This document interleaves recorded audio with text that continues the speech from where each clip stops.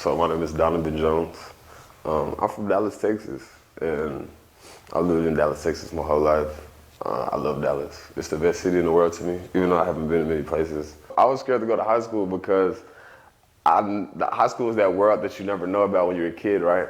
Everything is about high school. You watch movies about high school, you hear about high school, you know guys in high school. So I thought high school was that place where they call freshmen fish, especially in my high school. We have what's called the fish bowl, right?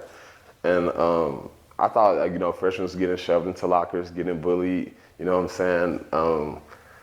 Like my high school is big, like 5,000 people, so that was overwhelming. And I've never been in a school that big before.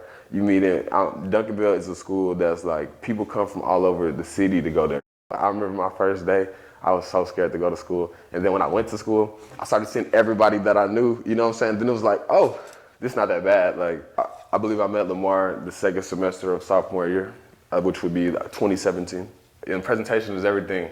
And that was the first thing I remember. When I walked into his classroom, the atmosphere was like, whoa. He had a big projector in the middle. The lights were dim. That was the very first time I came in. The lights were dim.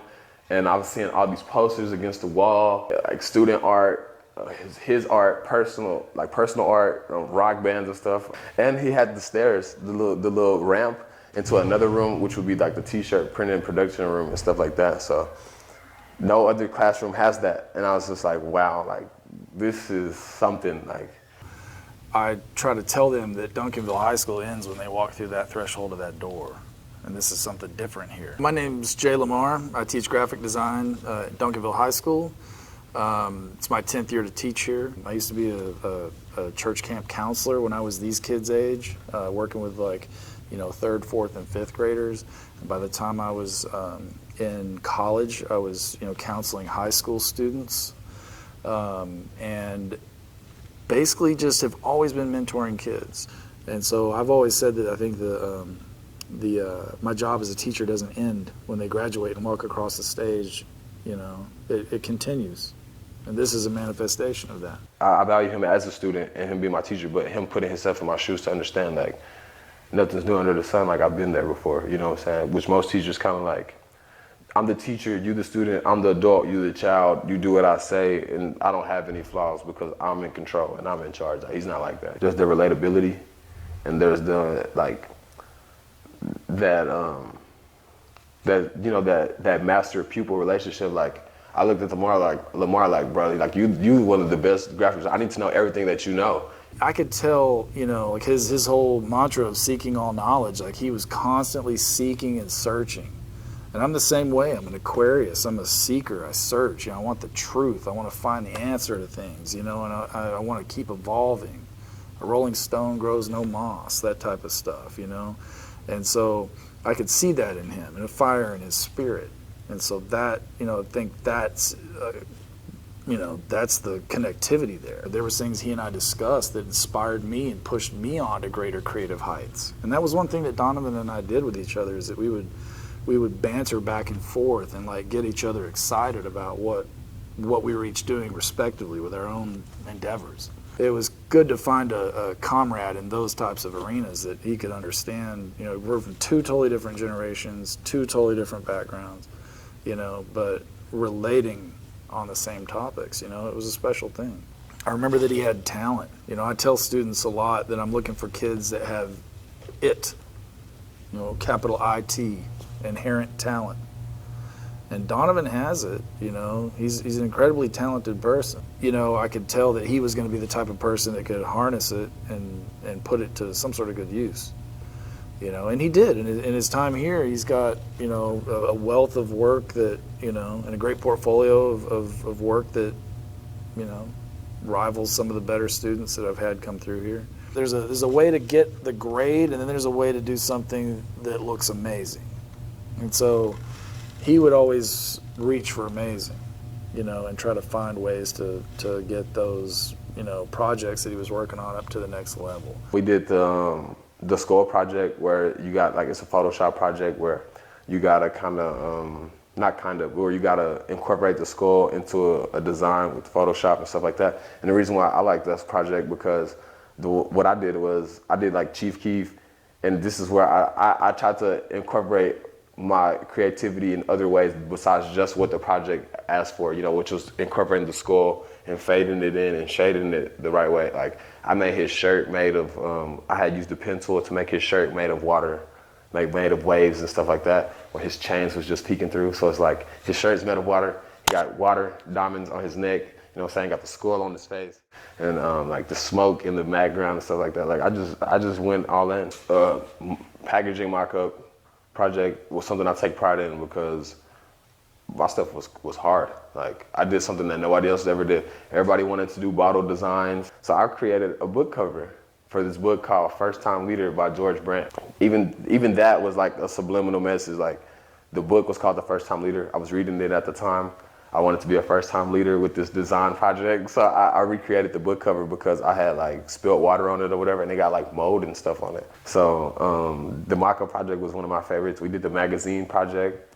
We did I don't know what it's called, but where you listen to music and you draw whatever the music makes you feel and what it makes you think. And that's why I love Lamar's class, like, because what teacher is doing that? You know, tapping into that, like, everything about his class resonated with my personal life, you know what I'm saying? Like, it wasn't all cookie cutter textbook, it was great. He was just learning how to create a magazine cover, you know, and so every student had to create their own magazine. Now, magazine concept, and the one that he ended up getting, they were put into teams, and they had to create a full magazine as a team, and so they were in teams when they did the covers. And the teams voted on which cover to use to make a whole magazine. His didn't win, but they ended up doing this one, which was Sports Updated. And this is the team that he was on. It's the full magazine that they did, 24-page magazine, rather. This one covers mostly basketball, I believe.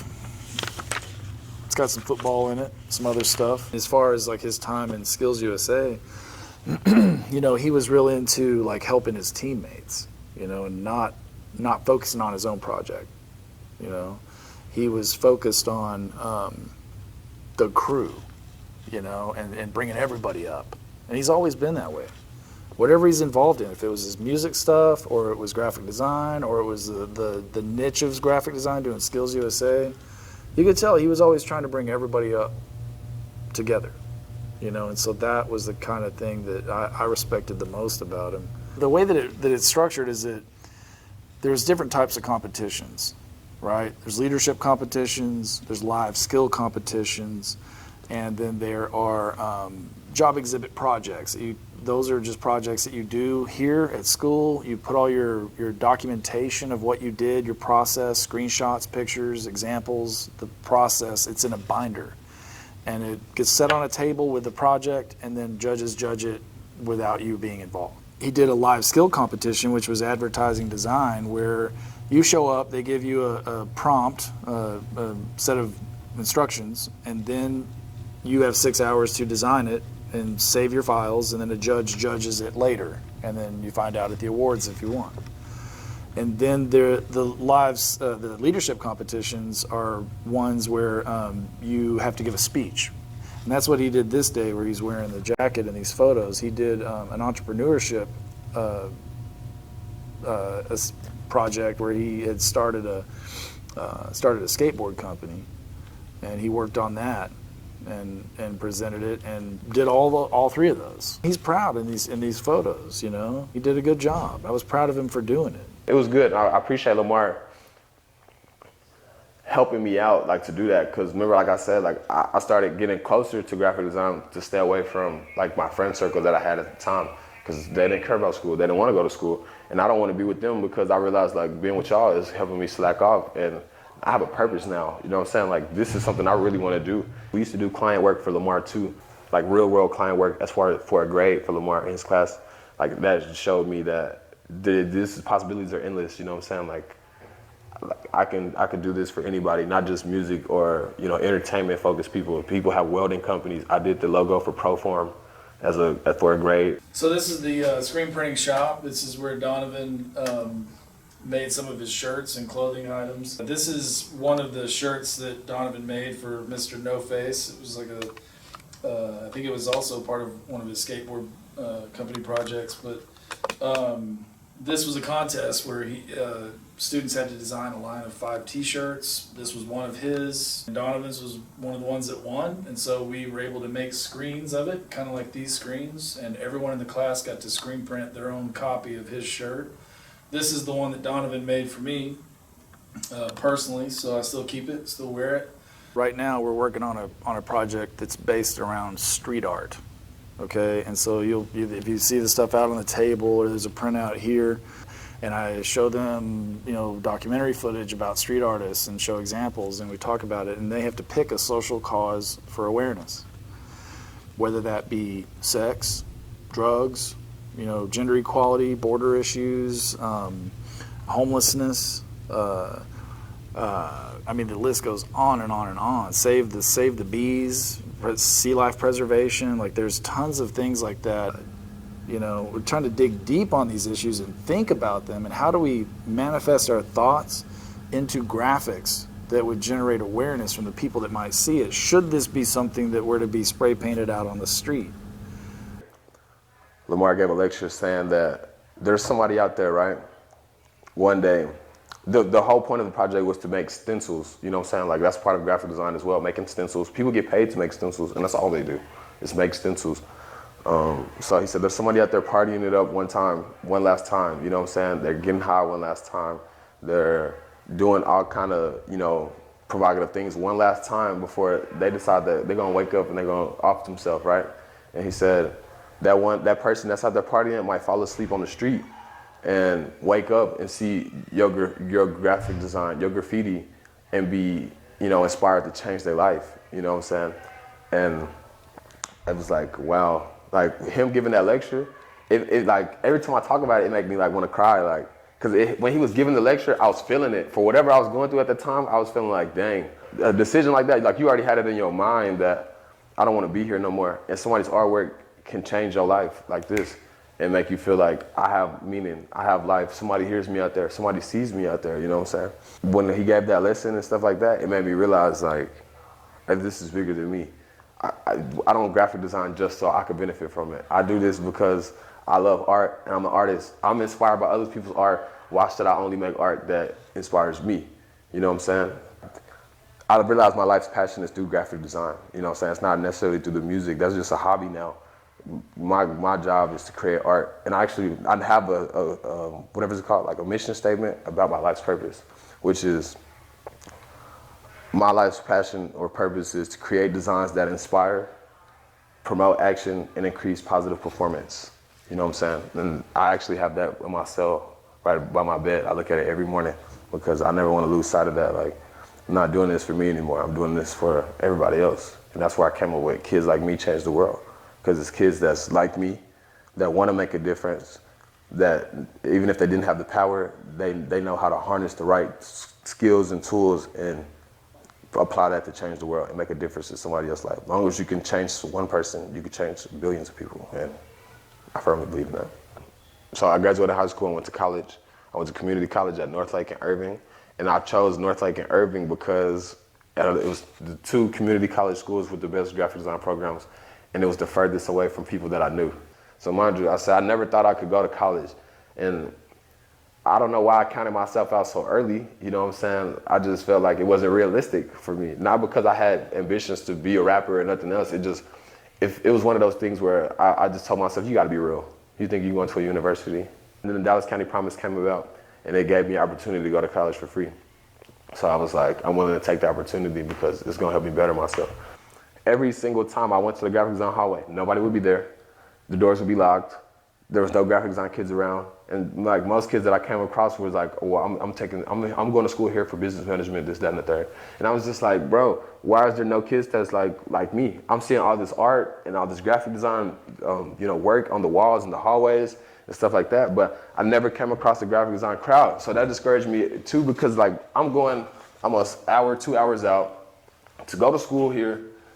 I'm taking English, math, and freshman resources and classes that I don't care about. I came here to do graphic design, and there's no graphic design readily available for me. I can't even talk to somebody about what I'm passionate about. Like, nobody never knows who the graphic design kids were. And I would never forget the last day I went to school. I was in developmental math class, My teacher, we was going over like tax brackets, right? So we was talking about tax brackets of the lower percentages and things like that. And I asked him about the 31% or whatever, like the upper middle class wealthy tax bracket, and if we could do some exploring in that realm. His response was, well, none of you guys are gonna graduate from here and be in that tax bracket anyway, so we're not gonna start there. You know what I'm saying? And I told him, like, if we just doing this for demonstration purposes, why not just, you know what I'm saying, dive into, like, this is developmental math. So why not just dive into there and stuff like that? And he was like, I'm not gonna go back and forth with you, Mr. Jones. If you don't like what we teaching in here, you know what I'm saying? If you don't like what I'm teaching in here, then you can go. Like, and I was just like, are you serious right now? And he was like, you're interrupting my class.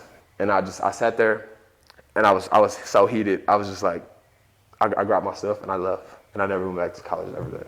When I stopped going to school, I started making money. Then COVID happened. I got laid off from Razzoos. And now it's like, oh wow, like I'm broke, you know what I'm saying? Like I need to figure this out. And my papa asking me for rent.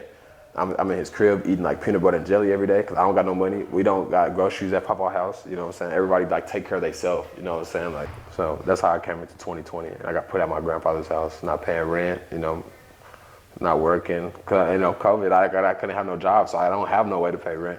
My papa was trying to teach me like tough love lesson or whatever. So I started living with my godbrother and stuff. This is unfinished, but he was illustrating the song Green Day's Boulevard of Broken Dreams. And I was kind of compelled to look at this for a minute the other day, and I was kind of moved by it because, you know, you read the lyrics, it's like, I walk a lonely road, the only one that I've ever known, don't know where it goes, but it's home to me, and I walk alone. I walk this empty street on the Boulevard of Broken Dreams, where the city sleeps and I'm the only one, and I walk alone. It's just, you know, but just given his story and the situation that we're in right now, he's going to be walking this road alone for a while. He's going into a tunnel. He's going into a dark, deep place across a bridge that's broken. Symbolically, it's everything that his story is. And when I look at something like this and I think about his situation and the fact that he's got a young infant at home, and he's gonna, you know, be away, I think about the fact that, like, I may not still be alive when he gets, you know, back home. I may never see him again. And that's the kind of stuff that tears me up inside. Like I said in the letter, you know, it's like I feel to a degree like I failed him as a teacher, as a mentor. You know, and that it's like I could have possibly done more. Maybe I should have. You know, the situations he got himself in, you know, he shouldn't have been in those situations. You know, he was taken advantage of. And now, when he gets out, hopefully he'll understand that and see it. Hindsight's 20/20. Every time I think about it or talk about it, I just get like, I feel like, what am I doing here? You know what I'm saying? Like, being in jail is not my mission statement. It's not helping me. I'm actually, see, my last cellie, one of my favorite cellies, I've been through 4 cellies. Tone, he told me everything negative, you gotta flip it. So even though I be beating myself up about being here, taking what Tone said and applying it, flip it, I realized, like, I'm in here helping people with their business ideas. And I know, like, I wish I didn't have to come here to do it, but I'm meeting some good guys, you know what I'm saying? Like, they just made mistakes like myself, and I'm out here drawing their logos. In jail, I'm drawing their logos. I'm helping them with graphic design. I'm telling them a little stuff that I know about marketing, because marketing and graphic design kind of, you know, tie together. And I'm just helping them brainstorm when they get out what could possibly be. Tone, he has a painting company, you know what I'm saying? He's in the halfway house. I created his logo for him. It's called FAB Paintings, Fab Paintings, that's his initials. I got this guy named Ty, he's at court getting sentenced right now. We're working on something. He wants to get into like crypto and stock and real estate, but he wants to like create like a theme or a logo or whatever. I'm helping him with that. But like, I have a daughter now, I got a lot of things, and now that I have this, I've learned this lesson, this experience, like I learned that this ain't it, you know what I'm saying? Like, this is not the place to be. I changed because this was necessary. This is somewhere for God to sit me down to listen, like, but I was listening to me. I was listening to other people, and I was just getting so caught up in what I thought was the vision, forgetting that God has the ultimate vision, you know. You know, also when you go to jail, like, it's not just you going to jail, it's your family going to jail. It's people that care about you doing time with you.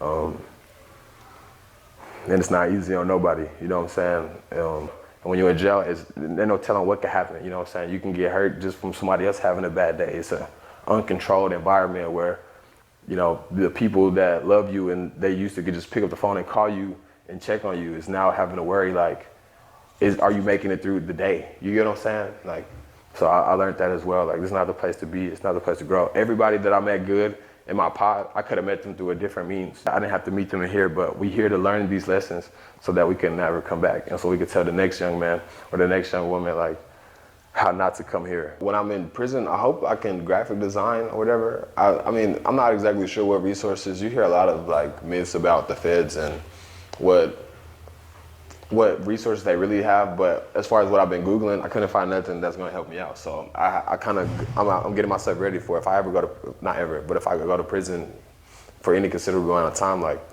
there might not be a graphic design outlet for me besides pen and paper and the great ideas that I have and the people that I have around me. But when I get out, I wanna go to college. I had enrolled into SMU's graphic design program. They had a 9-month program where you get like an associate's degree and a certificate. If that's still available, then I want to start off with doing that. That's the first things first. I was like, anything that can keep me out of jail that's going to be productive to the world, I wanted to do that. I want to work for Disney. I want to do something where I could use so my judge can know, like, this kid is really serious, you know?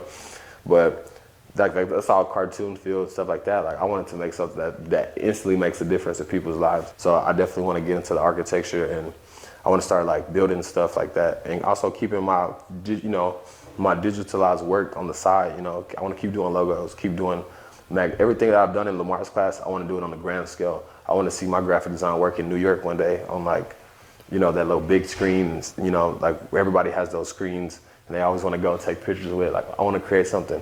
I just hope that for his sake and for his child's sake and for his mother's sake, that he chooses good things, positive things.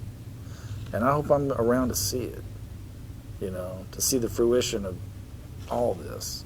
That's where the sweetness comes in, you know, to say, I remember this kid from here, and now he's a wonderful father. That's what my hope is to be able to see that full picture, to see what happens, you know, when he comes out the other side of that. I think if there's anybody that can rise above a lot of that, it would be Donovan. I walk a lonely road, the only one that I have ever known.